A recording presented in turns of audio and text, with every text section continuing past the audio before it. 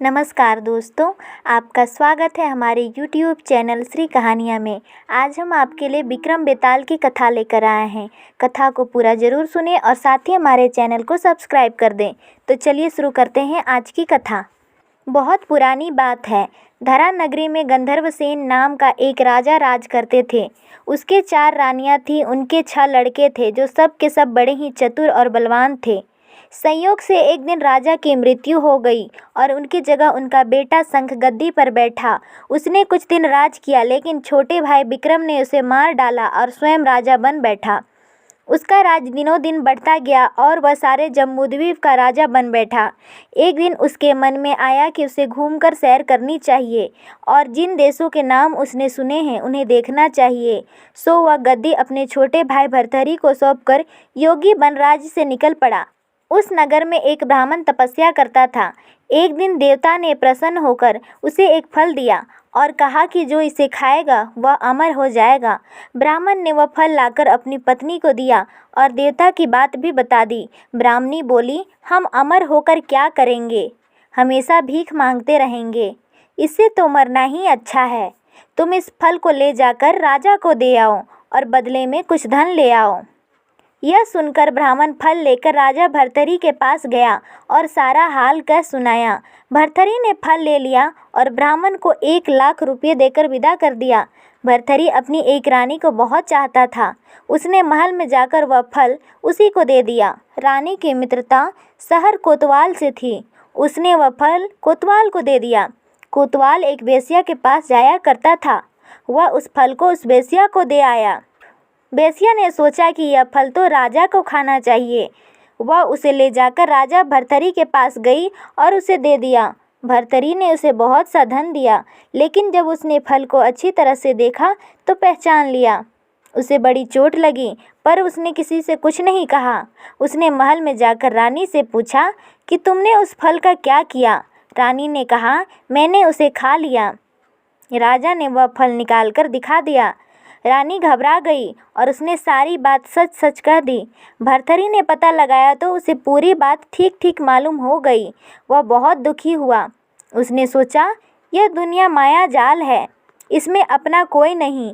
वह फल लेकर बाहर आया और उसे धुलवाकर स्वयं खा लिया। फिर राजपाट छोड़ योगी का भेष बना जंगल में तपस्या करने चला गया।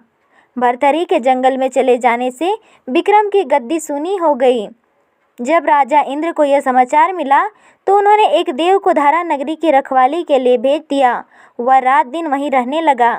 भर्तृहरि के राजपाट छोड़कर वन में चले जाने की बात विक्रम को मालूम हुई। वह लौटकर अपने देश में आया। आधी रात का समय था। जब वह नगर में घुसने लगा तो देव ने उसे रोका। राजा ने कहा, मैं विक्रम हूँ, यह मेरा राज है, तुम रोकने वाले कौन होते हो? देव बोला, मुझे राजा इंद्र ने इस नगर की रखवाली के लिए भेजा है। तुम सच्चे राजा विक्रम हो तो पहले आओ मुझसे लड़ो। दोनों में लड़ाई हुई। राजा ने जरा सी देर में देव को पछाड़ दिया। तब देव बोला, हे राजन, तुमने मुझे हरा दिया, मैं तुम्हें जीवन दान देता हूँ। इसके बाद देव ने कहा, राजन, एक नगर और एक नक्षत्र में तुम 3 आदमी पैदा हुए थे। तुमने राजा के घर जन्म लिया, दूसरे ने तेली के घर और तीसरे ने कुम्हार के। तुम यहाँ का राजा हो और यहाँ राज करते हो। तेली पताल का राजा है। कुम्हार ने योग साधकर तेली को मारकर शमशान में पिचास बना सिरस के पेड़ से लटका दिया है। अब वह तुम्हें मारने की फिराक में है, उससे सावधान रहना। इतना कहकर देव चला गया और राजा महल में आ गया। राजा को वापस आया देख सबको बड़ी खुशी हुई। नगर में आनंद मनाया गया। राजा फिर राज करने लगा। एक दिन की बात है। शांतिशील नाम का एक योगी राजा के दरबार में आया और उसने एक फल देकर चला गया।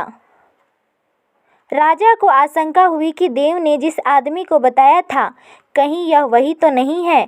यह सोच उसने फल नहीं खाया, भंडारी को दे दिया। योगी आता और एक फल रोज राजा को देकर जाता। संयोग से एक दिन राजा अपना अस्तबल देखने गया था। योगी वहीं पहुंच गया और फल राजा को दे दिया। राजा ने उसे उछाला तो वह हाथ से छूटकर धरती पर गिर पड़ा। उसी समय एक बंदर ने झपटकर उसे उठा लिया और तोड़ डाला। उसमें से एक लाल निकला जिसकी चमक से सबकी आंखें चौंधिया गई। राजा को बड़ा अचरज हुआ। उसने योगी से पूछा, यह लाल आप मुझे रोज क्यों दे जाते हैं? योगी ने जवाब दिया, महाराज, राजा, गुरु, ज्योतिष्य, वैद्य और बेटी, इनके घर कभी खाली हाथ नहीं जाना चाहिए। राजा ने भंडारी को बुलवाकर पीछे के सब फल मंगवाए। तुड़वाने पर सब में एक एक लाल निकला।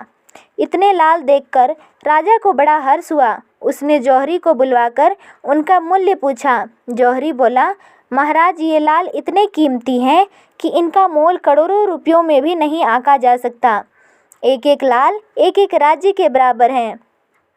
यह सुनकर राजा योगी का हाथ पकड़कर गद्दी पर ले गया। आप सुनी हुई बुरी बातें दूसरों के सामने नहीं की जाती। राजा उसे अकेले में ले गया। वहां जाकर योगी ने कहा, महाराज, बात यह है कि गोदावरी नदी के किनारे मसान में मैं एक मंत्र सिद्ध कर रहा हूँ। उसके सिद्ध हो जाने से मेरा मनोरथ पूरा हो जाएगा।